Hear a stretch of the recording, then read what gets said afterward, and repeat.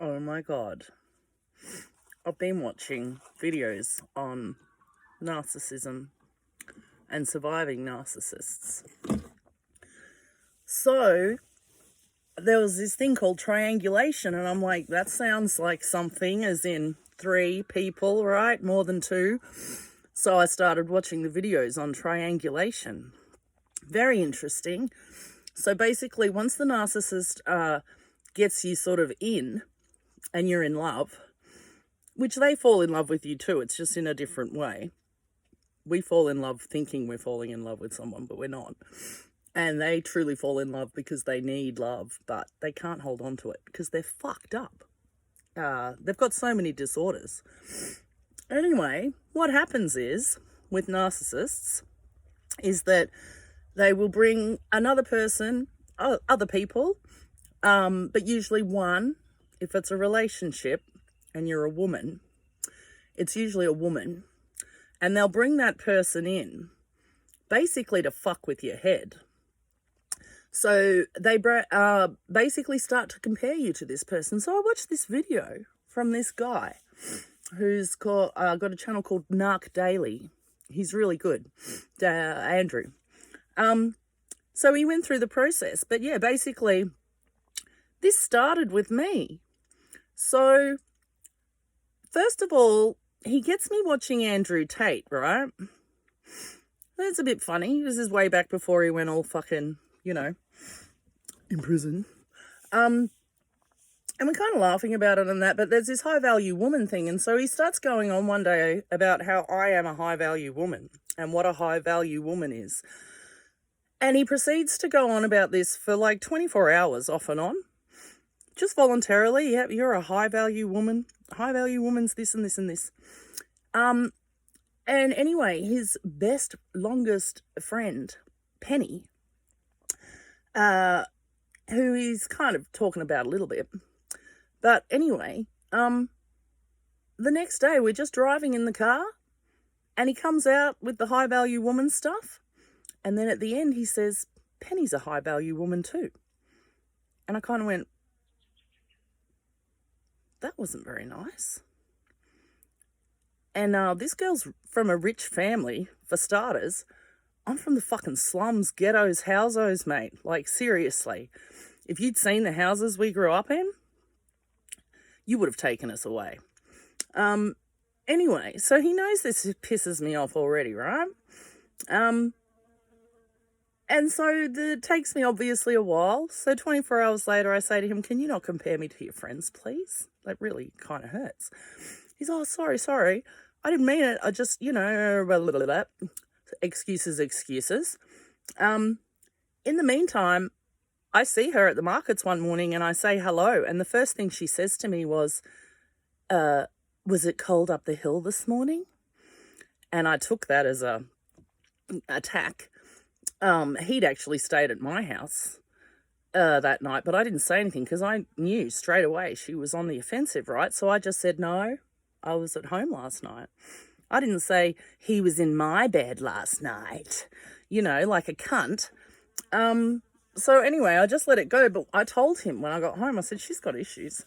He's like, no, it's just what she's like. Nobody really likes her. She's just a bit like that. Then he starts telling me about how promiscuous she is, right?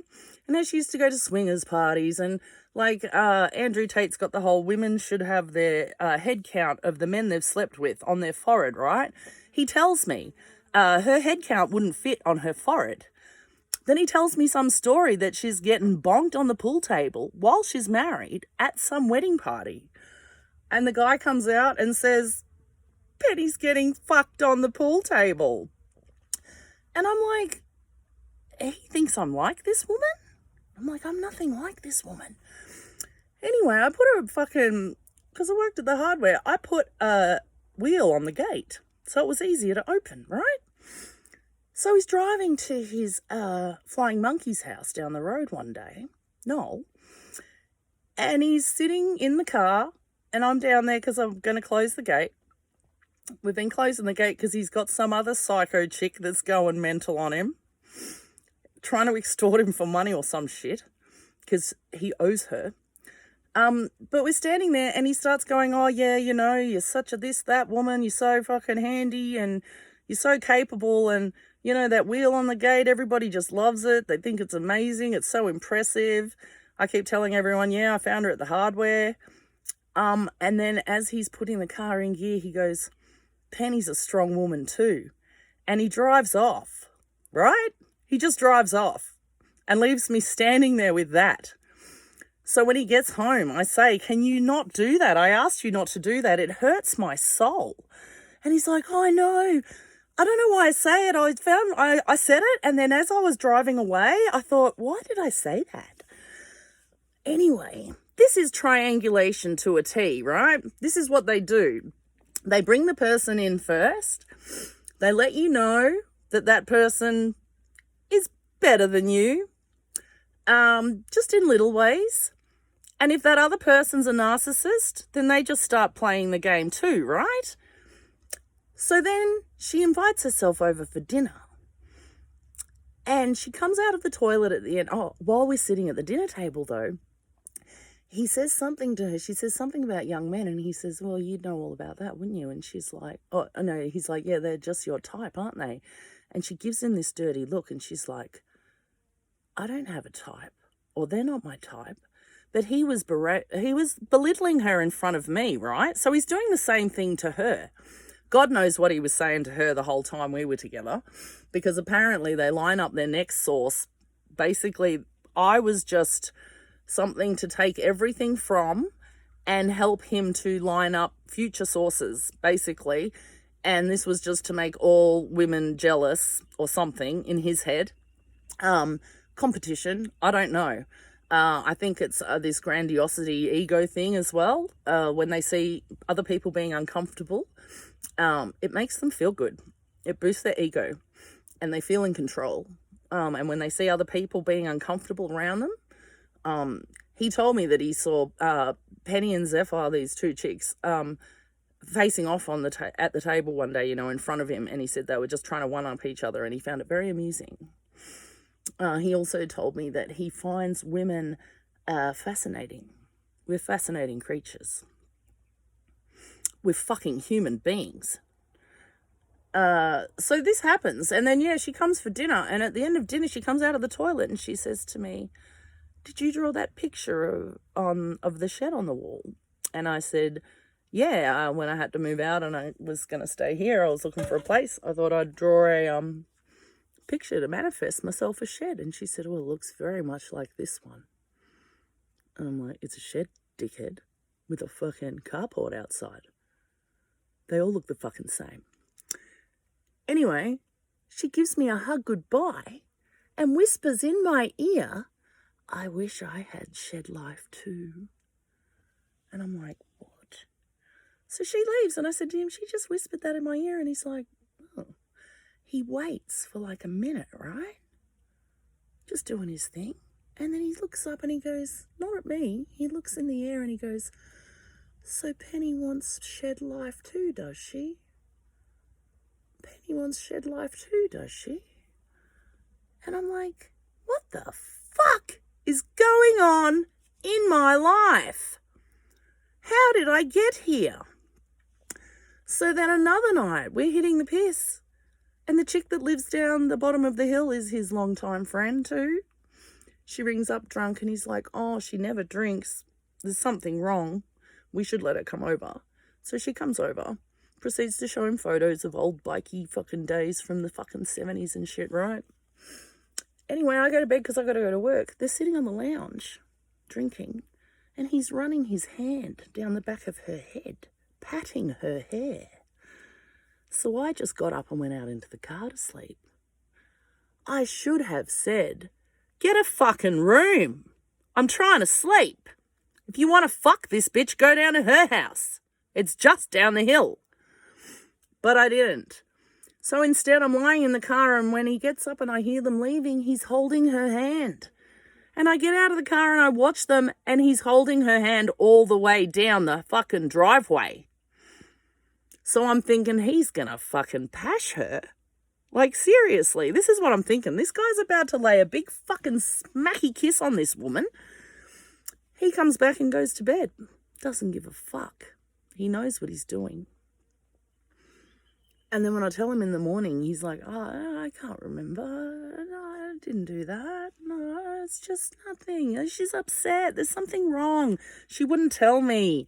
Another narcissist. Oh, there's something wrong. But she doesn't tell him, so she just sucks his energy all night, going, oh, no, I won't tell you what's wrong. I won't tell you what's wrong, but keep asking me.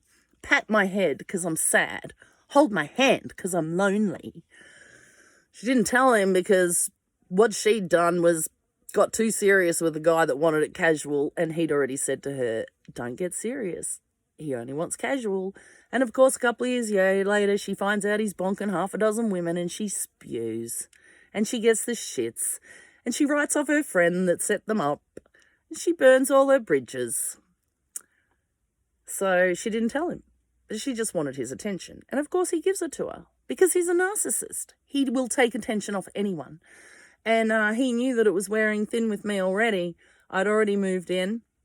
All of my equipment, my landscaping stuff, my gardening stuff, all of my plants with their expensive, beautiful pots was at his house. My spice rack.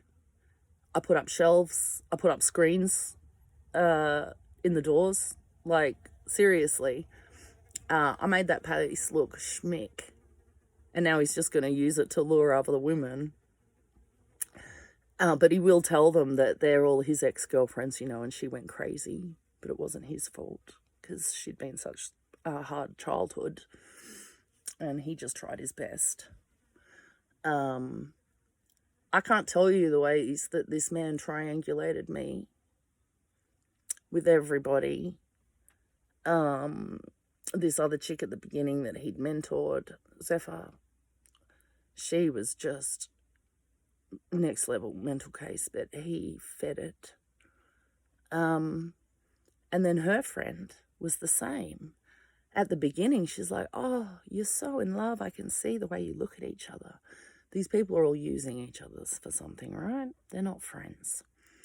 But by the end, she's in the bathroom one day and I hear her say out loud, there's too many mirrors in this house because she's fat, obese. And then she walks out and we're having non-alcoholic beers because my ex kicked me out when he got drunk, right? And he got aggro. It started going on about all the despicable things he'd just heard me saying about him because he'd been at his flying monkey's house, Knowles, and they'd tapped my phone and, gone and listened to all the things I'd been saying. And he came home livid, absolutely livid. So anyway, we're not drinking alcoholic drinks, right? And I say to her, would you like a non-alcoholic beer? And she says, honestly, Rachel, if I was going to have a beer, I'd have an alcoholic beer because I don't really like the taste of beer. So having a non-alcoholic one really doesn't interest me. And I'm like, okay, well, I'm just offering because, Marcus, alcohol, not good. And she left, but gives me a hug, right? These people are cunts. They're all narcissists in their own right. They're all fake. They're all using each other for their own needs. And they all lie for each other and protect each other. This guy had everybody coming and spying on me. So Noel from the dump, every time I go there to scab, right, dump off shit, he's reporting back. He was literally parked at the bottom of the range one day just before I left town. And I saw him follow me round the corner. But I saw his car there, so I turned left and he followed me left. And then I turned around and went back and gave him the finger when I drove past him. But literally, he had his other friend Jimmy coming down to the hardware when I was working on Saturdays and Sundays just to check on me. So many people reporting back to him that I didn't even know about. My best friend, after I left, he showed her a text message that offended her. So she reported me missing, but then she sent me a very cold email. And at the end it said, bye, with lots of ease. And I'm like, okay, so that's how you end a fucking 40-year friendship. Bye. I'm like, yep, that's done. she was doing this to me when I was in primary school, Triangulation. She just knew how to play everyone. Tall, gangly, buck teeth, big bottle rim glasses, fucking Beatles haircut. For some reason, she just knew how to play people. And she would do it with the group, right? Because she was the leader. So every now and then someone would be out for a week. And she'd send her flying monkeys over to pump you for information. So this girl comes over, Tracy, who actually lives up the road from me, right? And we were becoming good friends. And I'm on the out. I've got no one to play with, so I'm just hanging by myself, playing on the monkey bars. But she comes and asks me all these questions. And then I tell her that when I slide up and down the monkey bar, it feels good. And she goes back and she tells my best friend. And then about a day later, my best friend comes up with the whole group and she says, do you want to be friends again? And she shakes your hand, and then everybody else in the group shakes your hand, and then you're just back in. And it used to happen to everyone. But we remained friends forever because I was obviously the weakest one out of our whole group. And I was stupid enough to believe that she was my friend. And this was a weird thing when we were young, and we both loved the Beatles. And my aunties gave me this Beatles lyrics book. And I told her, I said, there's a song called, and it's called I Am the Walrus. But I said, in it, the lyrics say, I am the Eggman, I am the Eggman, I am the Walrus, goo goo gajoob, goo goo gajoob. And she goes, no, it doesn't. And I went, and I remember as a child, right, I was confused because I wasn't lying, but she thought I was lying and that I'd made it all up. And in my childlike mind, I just was like, why doesn't she believe me? As in, I hadn't made it up. I'd read it out of the book and I thought it was really weird, and I was waiting to tell her because I thought she'd be excited and we'd have a laugh about it. But her reaction was, I don't believe you. And that left me with confusion. But a child, and so, of course, I show her the book and she's, oh, yeah. But this is what I'm looking back at now and just realizing I'm SLD, apparently severe love deficit or some shit. Which, yeah, I know that. I had no love as a child, and the only affection I got was sexual, really. Other than the odd little hug I remember from my mum, like 2 memories, her lying on her lap and her patting my hair, and sitting under her arm and her arm around me, and I can smell her underarm, but it's nice. It's a nice smell. I like it. And I smell the same. So, yeah, this whole thing has just made me reflect on my whole life, the people in my family, all the friends I've had. Narcissism is prevalent, and I think it's just being bred into us with the materialism, the competition when you get thrown into school too young to fend for yourself, and you're made to compete. And you're made to compete at sport carnivals and all of that. We were made to march around the quadrangle. Yeah. But now I realise this is a thing, and it is designed to send people crazy, and ultimately some of these really pathological, destructive narcissists do want you to die. It's a horrible thing, but they do want you to just disappear once they're finished with you. And if you're a damaged person and they know that, they play on those damages. They study you. I had my Facebook magical community page. He would have studied that. He knew I was into tarot. He pretended he was into tarot. He pretended that he'd been subscribed to this guy for years and been watching him, and tried to get me to start watching his really long videos. He tried to get me to watch something on Hitler called The Greatest Story Never Told. But he tried to get me to watch it because he told me that Zephyr watched it and she cried and cried and called him crying because it was so, made her so emotional or whatever. I tried to watch it like 3 or 4 times and pick up where I'd left off, and I couldn't watch it. It's just propaganda. I don't give a fuck. But this man was trying to tie my mind up with things, but also future faking. I told him that I wanted to travel Australia and Fossick. So he starts pumping out, watching fucking van life videos, right? Then I think that cunt realizes that I'm going to be out on my own, and he starts showing me survival videos, bush tucker man and shit, right? Of how to survive in the bush. I think he felt guilty that he was about to ruin me, and he was actually trying to soften my fall, which was inevitable. But by showing me things that he thought might help me when I hit rock bottom. It's diabolical. And I can't believe this is actually a common thing, as in the checklists and all of the tactics. It's carried out almost like clockwork. And it's a thing. As in, it's common.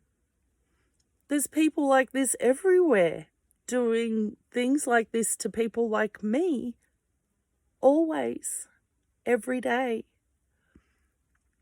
Deliberately seeking out people just so they can suck them dry and spit them out.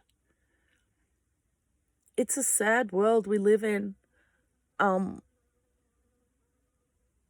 I'm glad I've learnt this lesson, and I can see people lying now.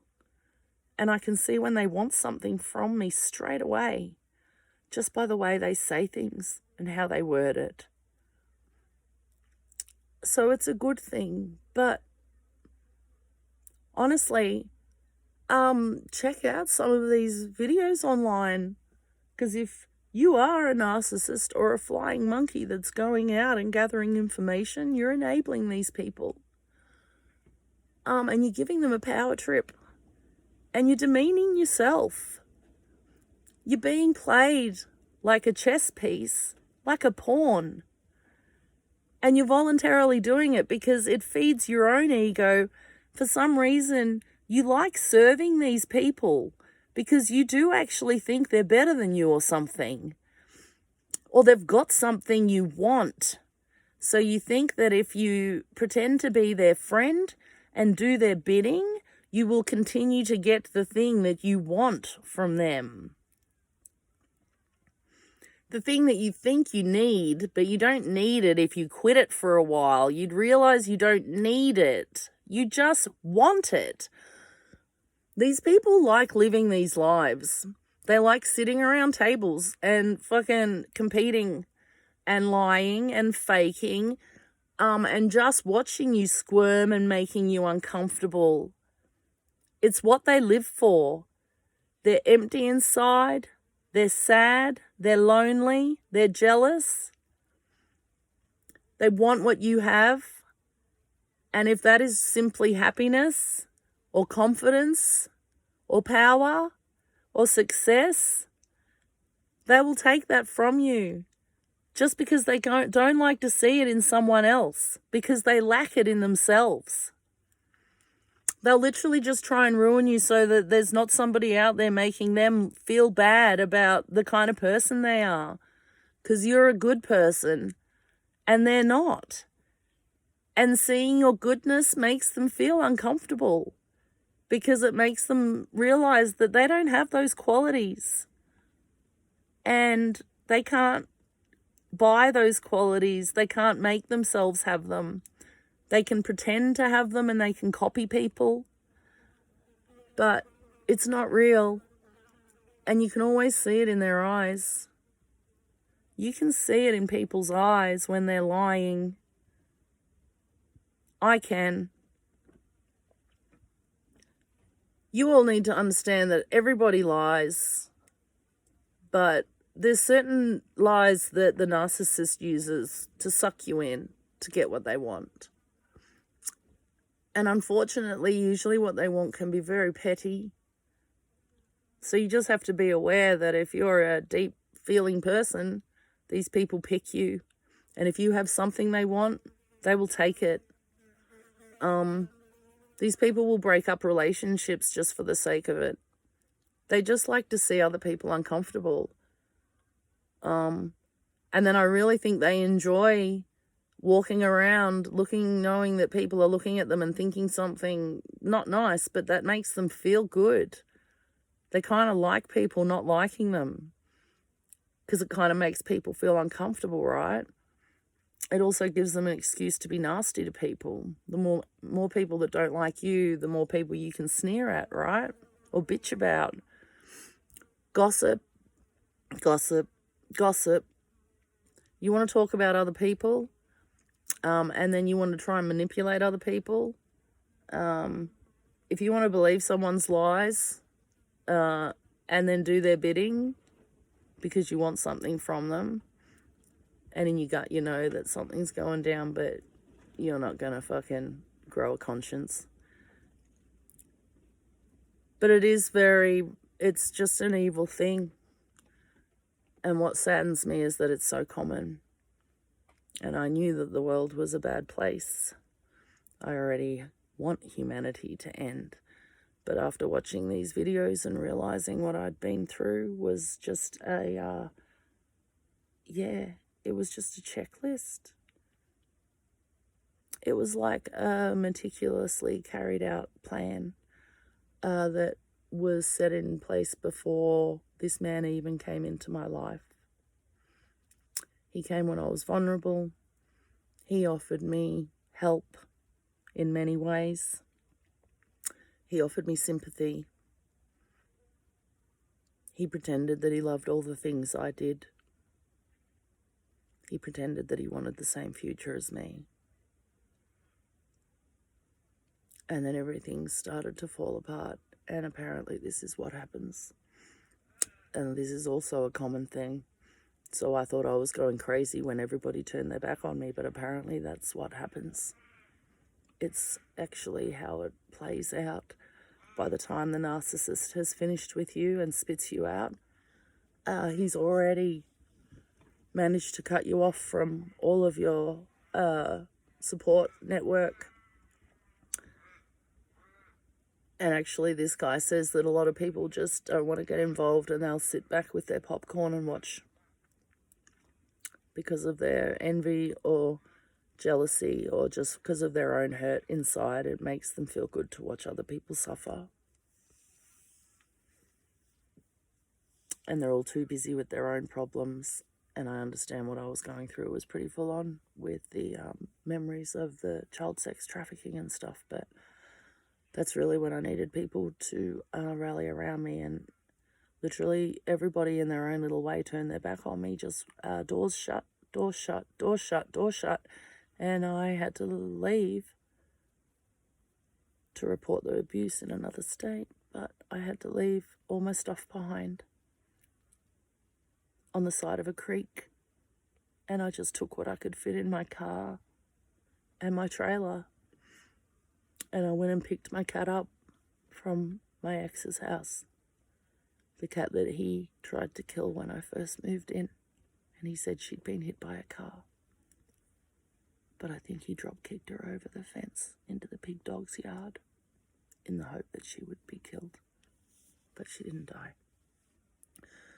Anyway, that cat's the only thing that's gotten me through. So I think he knew already he was going to ruin me. And if he took that cat away from me at the beginning, then I literally wouldn't be here now. And I can tell you that animal is the only reason I am alive.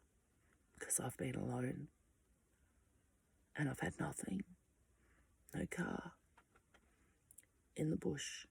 I've had to hitchhike and rely on other people when I don't want to see anyone and I don't want to talk to anyone. And that cat's been my rock.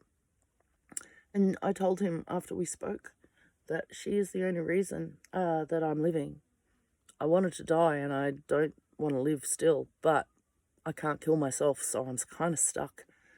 But the reason I really couldn't go was because I didn't want to leave my cat. She's my responsibility. There's a little narcissist in me that's like, no one else is going to look after her like I do. But I know that's true. I just know that's true. Because people aren't like me and they don't love their animals like I do. Because they don't need them like I do. So anyway, I'm very glad that she's not dead. I knew something was up when I finished moving house and I was exhausted. And I rocked up with another trailer full of shit at 11 o'clock at night. And I said, where's Cleo? And he said, I don't know, haven't seen her. And I'm like, when was the last time you saw her? And he said, oh, about four-ish. And I said, did you feed her? And he said, no. And I went, what? And then I went, no, that's my fault. I didn't tell you to feed her specifically, but for fuck's sake, he's got a little dog. And then the next day I was walking around all day calling out for her. He didn't help me look for her. He just sat there. I gave him Reiki and sound healing that afternoon, and it was the sound of my drum that brought the cat out. And luckily the pig dog had gone home that morning, right? She'd been under their house. And the next door neighbour yells out over the fence, oi, do you guys have a cat? There's a cat over here that can't walk. And I said, oh my God, she's dying. And he's like, your cat's not dying, Rachel. Calm down. And I'm like, she can't walk. She's fucking dying. And I'm crying, right? And we're trying to get the car fucking shit off the back. So we go over. I find my cat lying on the ground. She can't walk. We get in the car and he races me down the range to the vet. The whole time I am absolutely hysterical. And then she pisses blood all over my lap. And I just lost it. And I'm saying to her, I'm so sorry, bad mummy, I'm so sorry, I'm so sorry. He's just watching. And he's feeding off my pain. He's feeding off my pain the whole way.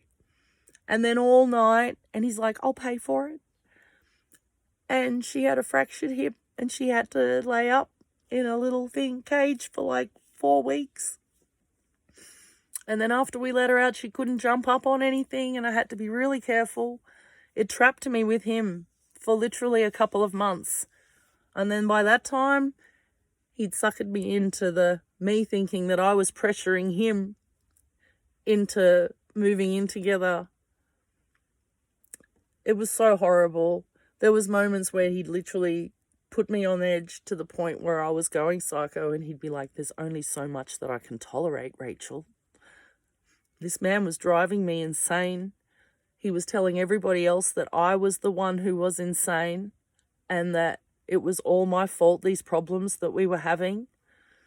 He was setting up his future sources already before he even met me.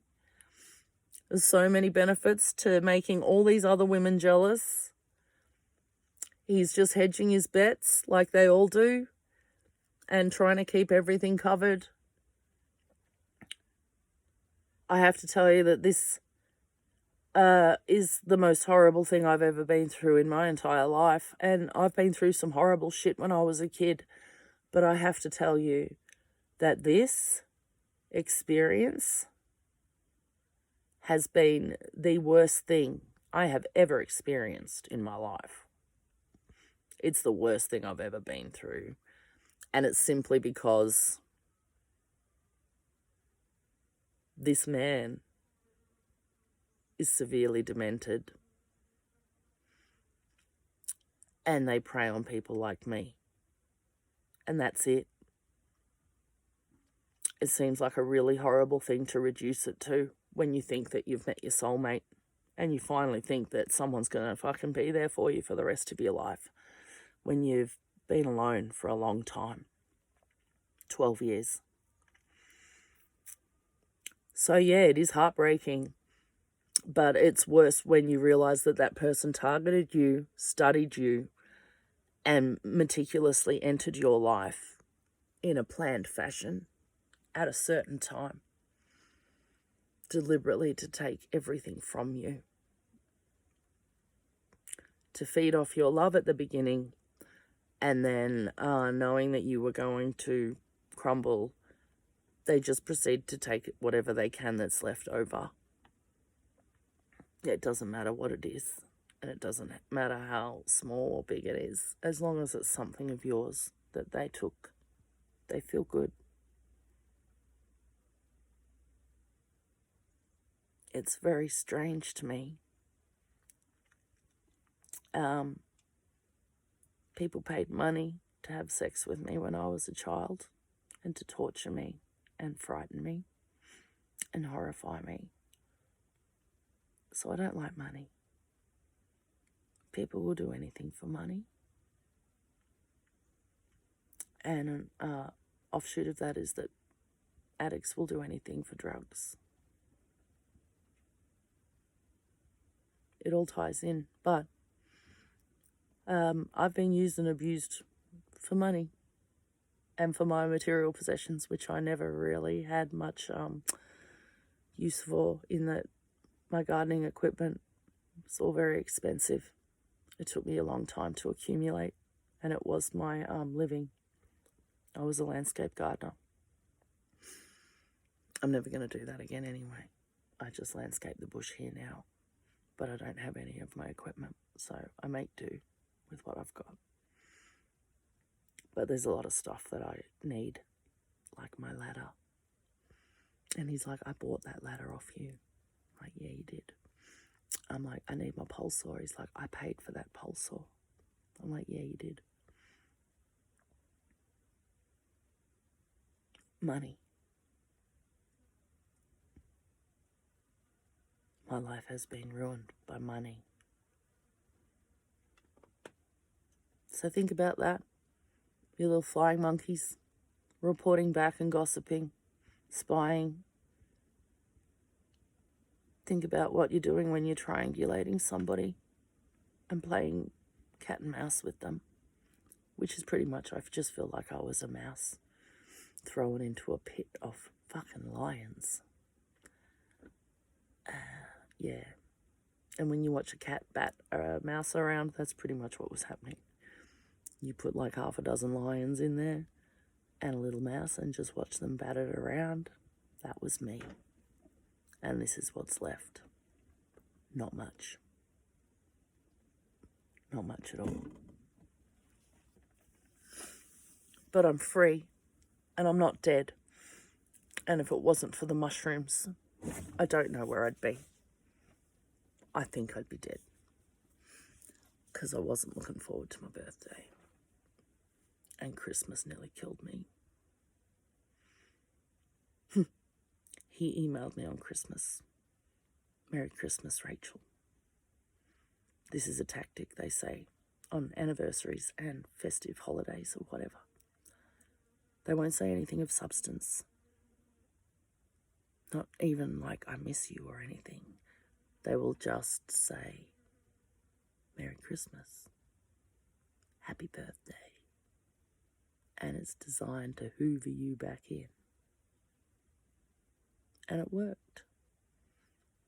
But by the time he hoovered me, I'd had my mushrooms, and it had separated me from my emotions. So I got closure by talking to him. I'm not going to deny I do like talking to him. But I can read him like a book now. And he doesn't realize he's a bad liar, because everyone's been using him for so long, right? And feeding, like, eating up his bullshit, and just, yes, people pleasers, but selfish fucking narcissistic ones. Everyone's just been saying yes so long. He thinks he's this really good liar, but he's not. And anyway, it was good. I got closure, and I've realised that he's made me a little bit of a narcissist, unfortunately. But I'm aware of it, and it makes me aware of other narcissists, right? So I can see it straight away. Like when someone says, oh, we've got so much in common. I'm like, fuck off, cunt. We've got nothing in common. No one's got anything in common with me. But I find it funny that people try these things on well. And you can tell when they're trying to impress you, because they fumble their words. They're trying to be like you, but if they're not like you at all, they can't get it out. It's like, and if they haven't studied you, they don't know what to say. So I just stay alone now, and I just keep people away, and it's good. I like it. So I've gone from a complete people pleaser, a gullible victim, someone who was a source for everybody else, a source of entertainment, a source of company, mainly, gifts, good deeds. Come pick me up. I'm drunk. You're not drinking and smoking pot at the moment, and I know you're up watching telly. Can you come and pick me up? Or the text, oh, I'm in Cairns and it's just gone so horrible with my ex-sister-in-law. So I say, I'll come pick you up. And her sister's next door, and she says, don't. What kind of sister goes to the show with her sister's husband the first night she comes home with a baby? Her first baby. Her first night at home with her firstborn. After her sister has said, have that baby. It'll be good. I've got kids. I'll help you out. First night home. She takes her sister's boyfriend down the street and they go get drunk at the Mossman show. The fucking carnies, mate. It's the show. Seriously, how selfish are these people? How selfish are these people? Who goes to the fucking show the first night their newborn daughter is home? Who goes to the show with their sister's fella on the first night she's home with her newborn baby? Who does that? Tell me. My best friend. This is what I'm seeing. And she defends him now. It's disgusting. It's disgusting. Seriously, people, you make me sick. Humanity has decayed beyond repair. When we are creating people like this in this society, it's gone wrong. It can't go on. It has to end. It's going to end. This horror can't go on. It's just the balance. It's going to be enacted and it has to end. My whole life has just been full of so much horror that I can't believe it. I can't believe what happened to me as a kid. I thought I'd prepared for it. You can't prepare for that shit. I'd already been with a narcissist. When I was on meth, when I was 32, it was horrible, and that ruined my life as well. I can't believe I fell for another one. I can believe it because they're very good at fooling you, but I can't believe that it nearly killed me. I can't believe that my love for a man nearly killed me. It's a horrible thought. So study up, people. The world's full of narcissists. We all have narcissistic qualities. No one's perfect, but there are some really fucked up people out there. And you'll be surprised what someone will use you for. And you'll be very surprised what someone would actually try and ruin you for. Very little. Some people do it just because it makes them feel good. Because they're empty inside. So if you're one of those people that's empty, you should get some help and stop sucking energy off us beautiful people that really don't have enough energy to give. Stop sucking people's energy like fucking vampire bats. You sick, twisted narcissists. Stop flying around like monkeys and stop triangulating people's fucking heads.